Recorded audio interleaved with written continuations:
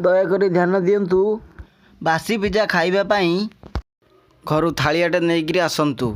ବାସି ପିଜା ନେଇ ଘରେ ଖାଆନ୍ତୁ। ମାମୁଁ, ମୋତେ ଲାଗୁଛି ବାସି ପିଜା ବିଷୟରେ କଥାବାର୍ତ୍ତା ହୁଅନ୍ତି ବୋଧେ। ଶଳା ମୋତେ ଲାଗୁଛି ଆଜି ଖାଇବାଟା ଜମିଗଲା ବୋଧେ। କ'ଣ କହିଲୁ? ଚୁପ୍ କର ଶଳା। ସଦାବେଳେ ଶଳା ନିକୁଚିଆ କଥା। ଫାଟୁଆ ଭଳିଆ ଶଳା ବାସି ପିଜା ଖାଇବାକୁ ବାହାରି ପଇଲୁ।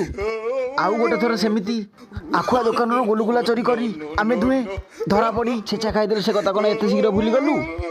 କ'ଣ ନା ନାନୀ ଯାଉଛି ଦିଅଁ ଦେଖି ନା ମୁଁ ଯିବି ଦିଅଁ ଦେଖି।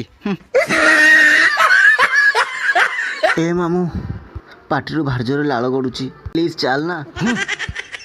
ପିଜା ସରିଗଲେ ଆଉ କ'ଣ ମୋତେ କିଣିକିରି ଖାଇବାକୁ ଦେଇପାରିବୁ? କହୁନୁ। ତତେ ଟିକେ ଲାଜ ଲାଗୁନି? ବାସି ପିଜା ଖାଇକି ଶଳା ପେଟ ଗ୍ୟାସ୍ କରିବାକୁ ଚାହୁଁଛୁ?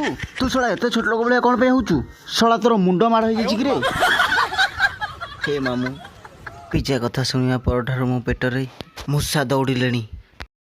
ଆଜି ଯଦି ପିଜା ମୋତେ ନ ମିଳିଲା ପୁଣି ଗୁଲଗୁଲା ଚୋରି ଷ୍ଟାର୍ଟ କରିବି। ପ୍ଲିଜ୍ ଟିକେ ଚାଲ ନା। ଆରେ ବାସି ପିଜା ଆମକୁ ମିଳିଲେ ମିଳିବ, ନହେଲେ ନାହିଁ। କିଛି ନହେଲେ ଦୂରରୁ ଦେଖିକି ତ ନାଳ ଗଡ଼େଇ ପାରିବା। ତୁ ଯା, ମୁଁ ଯିବିନି। ଶଳା ଆସୁନୁ। ପେଟରେ ଭୋକ, ଶଳା ମୁହଁରେ ଲାଜ। ହେ ଶୁକୁଟା, ଠିଆ ହ ସେଇଠି। କୁଆଡ଼େ ଯାଉଛୁ? ଆମେ ବାସି ପିଜା ଖାଇବାକୁ ଯାଉଛୁ। ବାସି ପିଜା ଖାଇବାକୁ ଯାଉଛୁ? ଶଳା ମିଛୁଆ। ଏ ଆଖୁଆ ଦୋକାନରୁ ଗୁଲଗୁଲା ଚୋରି କରି ମୋ ହାତରେ ଧରା ପଡ଼ି ବୁହେ ଛେଚା ଖାଇଥିଲୁ। କ'ଣ ସେ କଥା ଭୁଲିଗଲୁ? ନାହିଁ ନାହିଁ ସାର୍, ଆପଣ ଆମକୁ ଭୁଲ ବୁଝୁଛନ୍ତି। ଆମେ ଆଉ ଚୋରି କରୁନୁ ସାର୍। ଶଳା ଡହରା, ମୋତେ ମିଛ କଥା କହୁଛୁ? ଏଇ କାହିଁ ମାଇଲୁ ଶଳା? କାମୁଡ଼ି ଦେବି। କାହିଁ ମାଇଲୁ ବେ? ଷ୍ଟାଇଲ୍ ଦେଖାଉଛୁ? ହେ ଛାଡ଼ ବେ। ମୋତେ ବିଶ୍ୱାସ କରନ୍ତୁ ସାର୍, ଆମେ ଏଠିକି ବାସି ପିଜା ଖାଇବାକୁ ଆସିଥିଲୁ। ଦୟାକରି ଭିତରକୁ ଯିବାକୁ ଦିଅନ୍ତୁ ସାର୍, ପ୍ଲିଜ୍।